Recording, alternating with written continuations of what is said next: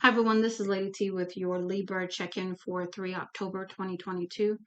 Before we get started, I want to say my apologies for being out for a while.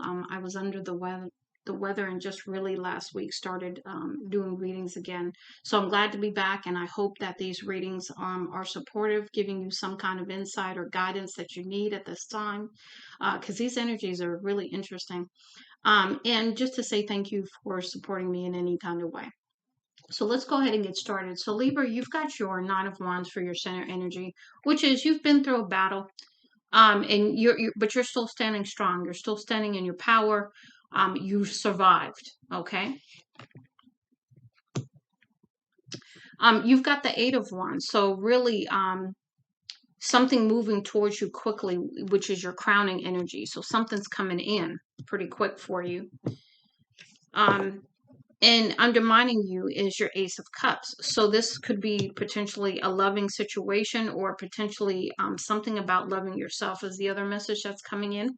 You have the World here, which is about a cycle closing or trying to close, because you have the Tower in your outcome. So some kind of change is going to happen. Some kind of unexpected or sudden change is going to occur, just to give you some insight. But what I love is that your oracle messages here are nice. You've got the first one, 16 achievement, completion, reward. So you've closed out the cycle. Moving forward, yes, you're the wounded warrior. Yes, you've been through a lot, but you still got that one that one wand that you're holding on to, just in case somebody try to try you, right? Okay. So you're definitely stepping into that energy of, you know what, I made it through, right? Next, you have sensitivity and strength, tapping the forces within. And to get through all of this, you really had to tap in. You really had to dig deep. And then also be amazed at the strength that you found within yourself to make it through, right? So you had to tap into your intuition, tap into your strength, to make it through this arduous time. And then you have connections, which is partnership, contract, and commitment, which leads me to the Ace of Cups there. So that's your commitment, your confirmation rather, that you've got some connections coming in that are going to lead to wonderful connections, potentially commitments, perhaps partnerships, either in business or personally, contracts, either business or personally, some form of next level, right? Now let's talk about your heaven and earth messages, which the first one is mountain peaks. Okay. It says here, the climb to the top of the peak is challenging, but there is so much beauty in the forest, creeks, lakes, wildlife, and meadows along the way. Stay present and enjoy the hike as much as you can, and you will be there in no time. So really using the journey along the way, the scenery around you, to really help you not be focused on the mountain. That's what I'm getting there. You are building up endurance in your body, mind, and soul. See this challenge as spirit strength training. Sometimes God gives us the highest mountain first, so that other mountains will just seem like little bumps along the way. The view from the highest peak will help you gain perspective as you see the whole picture and start appreciating the small things in life now. So attitude of gratitude.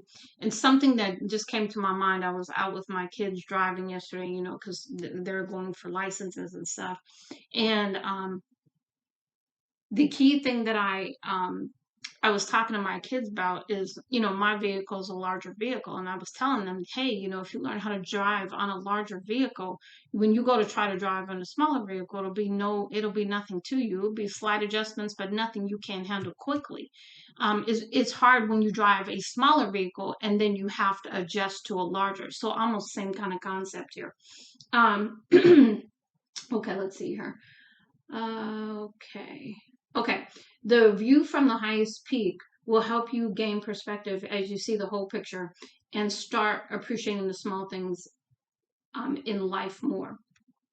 That first climb will give you everything you need and more to get through the rest of the journey. The harder the climb, the more effortless and free you will feel on the way down. You are going to feel so amazing after the spirit strength training as the Endorphins and ecstasy flood you, giving you a new lightness of being, hopeful heart, and greater perspective on life. As you ascend the mountain, you become the mountain, creating a solid foundation to build your dreams upon. This is beautiful. This is beautiful. Not easy. Don't get me wrong. Because, nine of wands is hard. You've been through, what I'm saying? So, it's really about really, looking back, especially when you reach the peak and seeing how far you've come, the lessons you've learned, the endurance, the perseverance, the strength you've gained, everything. So that when these mountains come up in the future, they're going to be nothing to you. We have inner child next. Innocence, home, true youth. When we lose touch with our inner child, we lose touch with true life. Do you feel like you have lost connection to your spirit and heart? Without a thriving inner child, life is not life. Our inner child hides beneath the layers of trauma that happened to us. Though she is still there underneath it all, even if you think she has died. Our inner child is our spirit, and our spirit cannot die. Our spirit is always perfectly intact, like a beautiful passion flower of God's perfection, and the only issue is the weeds in our minds and hearts blocking out our spirit light. The inner child holds the essence of your original selves, our true selves. She is our creativity, our joy, our passion, original innocence, and she holds the key to our full potential. She is still there underneath all the layers, alive as ever, just waiting for you to peel them back so she can be seen. Once you truly dedicate yourself to the path of the heart and self awareness, your childlike wonder and purity will come back more and more.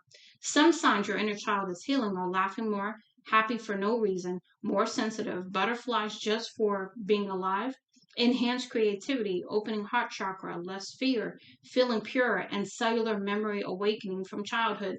Allow your inner child back into your heart. She is true to you. It is time to come home. So really, as you move forward, because you've been through this journey, and when you go through this journey, you're trying to step back into your authenticity now, right? You're trying to get back to your inner child, your spirit, your true self. And so that's what this journey is all about. And then the last one is the koi fish. Prosperity, good luck, and celebration. And again, goes back to that achievement card there, even with the connections card above. Koi fish symbolize prosperity, good luck, longevity, abundance, and perseverance. If koi fish has swum into your life, it is a sign of great fortune is coming your way. You'll be glad you didn't stop swimming in the direction of your dreams, even when it felt like the current was going against you.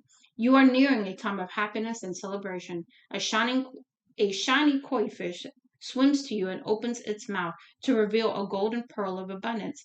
Do you accept? So this is really also being about being in a place to receive the things that you've put um, into the vortex, into the universe as your hopes, dreams, and desires, right? You want this Ace of Cup, well, then you have to have an open heart to receive it, and you have to be in a place to receive it, as far as your heart space, as far as the healing, as far as anything that may have held you back in the past.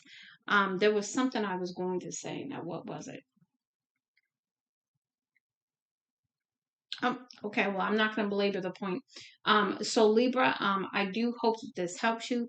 Much love and light, Lady T.